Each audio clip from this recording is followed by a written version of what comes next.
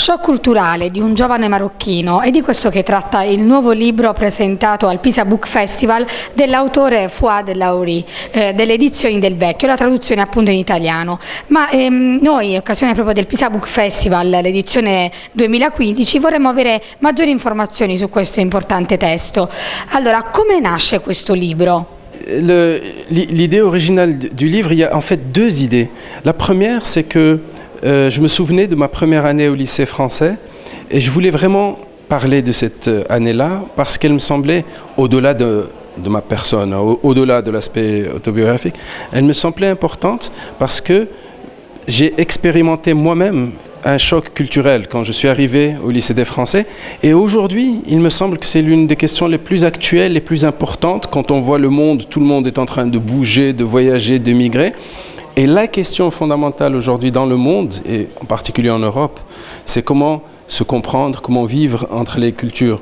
Donc, je me suis dit, c'est vraiment le moment de parler de cette année-là, qui pour moi, à titre personnel, était importante, mais qui a peut-être quelques leçons sur comment vivre avec d'autres cultures, avec d'autres personnes. Donc il y a les deux idées qui sont à l'origine de la naissance de ce livre. Sì, allora l'idea originale in realtà sono due idee, cioè è il ricordo del suo anno al liceo francese e mi sembrava insomma interessante raccontare questa cosa che ho sperimentato io stesso, cioè ho sperimentato questo shock culturale. La seconda idea era il fatto che questo tema è di estrema attualità, soprattutto adesso in Europa le domande che ci poniamo sono come convivere tra culture diverse e quindi in questo testo credo ci sono delle lezioni proprio su questa convivenza culturale. Ecco, per capire meglio il perché dello shock culturale, da quale ambiente proveniva questo ragazzino prima di arrivare a Casablanca al liceo? En fait, c'est un petit garçon qui est né dans une famille marocaine au Maroc, dans un petit village. Et donc, c'est un milieu culturellement plutôt conservateur, plutôt musulman, qui parle pas vraiment la langue des Français, donc on est très loin de la France. Et le petit garçon arrive donc dans le lycée français, qui est réellement une partie de la France qui est au Maroc, c'est-à-dire tous les professeurs sont français, le programme, les surveillants, tout est français. Donc c'est le même choc culturel que si on prenait un petit garçon de la campagne marocaine et qu'on le projetait au milieu de Torino ou de Rome. Sì, è la storia di questo ragazzino che proveniva da una famiglia marocchina di un piccolo villaggio e che era un ambiente culturalmente conservatore, musulmano.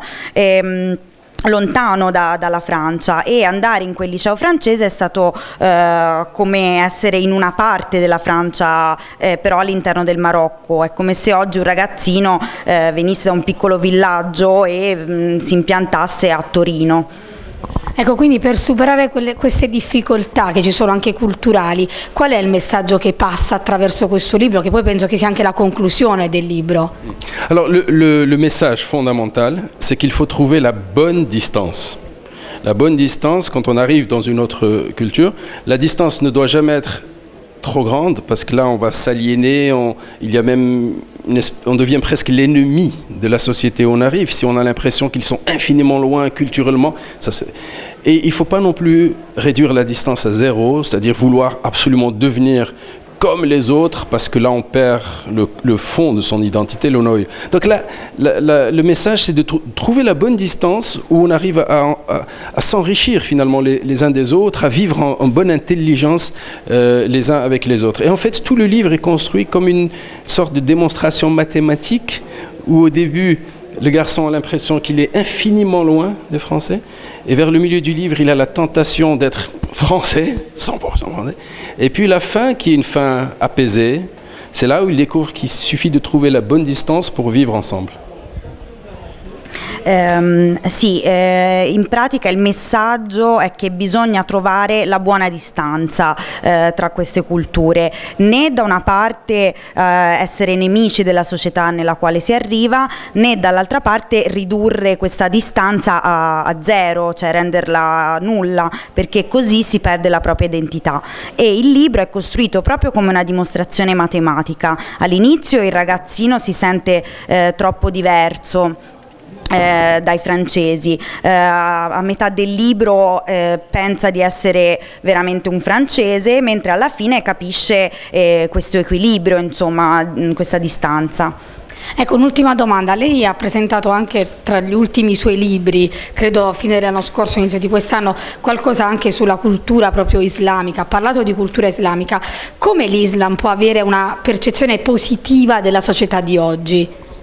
Oui, alors, en fait, pour moi, les choses doivent être très claires. Des deux côtés, on doit faire un effort. Hein. On ne peut pas demander un effort juste que la société qui reçoit fasse un effort et que l'autre ne fasse pas d'effort. Et l'effort principal, pour moi, et j'ai même écrit un livre, un essai sur l'islamisme, l'effort, c'est d'admettre, une fois pour toutes, que la religion est une affaire privée. Et alors, évidemment, c'est compliqué de dire ça en Italie. Mais bon, c'est ma conviction personnelle. Je pense réellement qu'on doit tous admettre que la religion doit être une affaire complètement privée, qu'on garde chez soi, et que dans l'espace public, on essaye d'être de bons citoyens, mais qu'on enlève Dieu de la place publique. Et ça demande un effort qui semble énorme de la part des musulmans, parce que la façon dont on leur explique aujourd'hui l'islam, c'est que la religion c'est du matin jusqu'au soir, c'est la chose la plus importante, etc. Mais en fait, et c'est ça que j'ai démontré dans un livre très sérieux que j'ai écrit sur l'islamisme, en fait c'est pas vrai. Si on regarde l'histoire, c'est très important de regarder toute l'histoire de l'islam, on se rend compte que les musulmans les plus intelligents, les penseurs les plus intelligents, là je passe d'Averroès par exemple, des gens comme ça, ont parfaitement compris que la religion pouvait être une affaire de foi personnelle, individuelle, et que sur la place publique, on n'a pas besoin de mettre la religion et Dieu, etc. Et donc je pense que c'est ça l'attitude qui doit être celle des musulmans pour enfin donner une image positive, puisque à ce moment-là, qu'est-ce qui va se passer? Ils vont disparaître en tant que musulmans, ils vont apparaître en tant qu'individus, chaque individu avec ses qualités, ses défauts, ses talents, ses mérites, etc. etc. Et on ne va plus du tout parler de la religion, ce qui pour moi serait l'idéal. Sì, e su questa questione bisogna essere molto chiari, penso che ci debba essere uno sforzo da entrambe le parti. Ha scritto anche un saggio proprio sull'islamismo.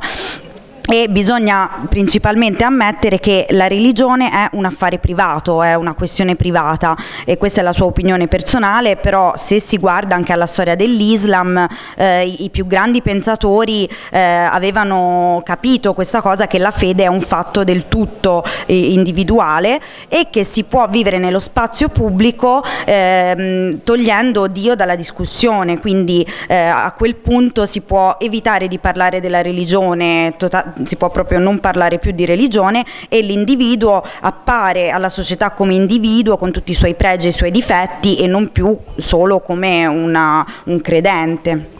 Ecco, un'ultima domanda. Un evento come quello di Pisa, che comunque è un festival sul libro e che comunque il libro riunisce anche le culture, e come può vedere il nostro programma è anche molto ricco, perché ci sono autori provenienti da molti paesi europei soprattutto. Ecco, come vive lei, come ha visto lei in realtà questo festival? Qual è il suo commento da scrittore comunque internazionale?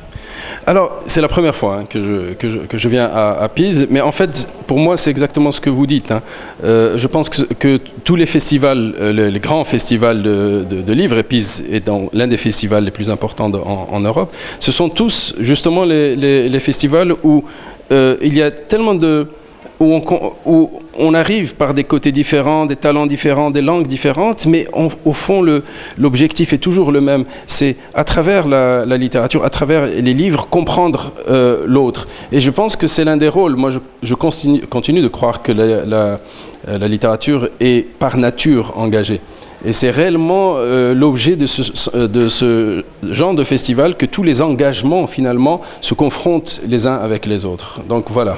Sì, è la prima volta che viene a questo festival e ecco, come tutti i grandi festival sono dei luoghi in cui si arriva da posti diversi, da luoghi diversi, però sono i luoghi in cui si può verificare che attraverso i libri si può comprendere l'altro, si possono comprendere gli altri, e la natura della letteratura è proprio questo, è di essere engagé, quindi di essere impegnata in questa comprensione.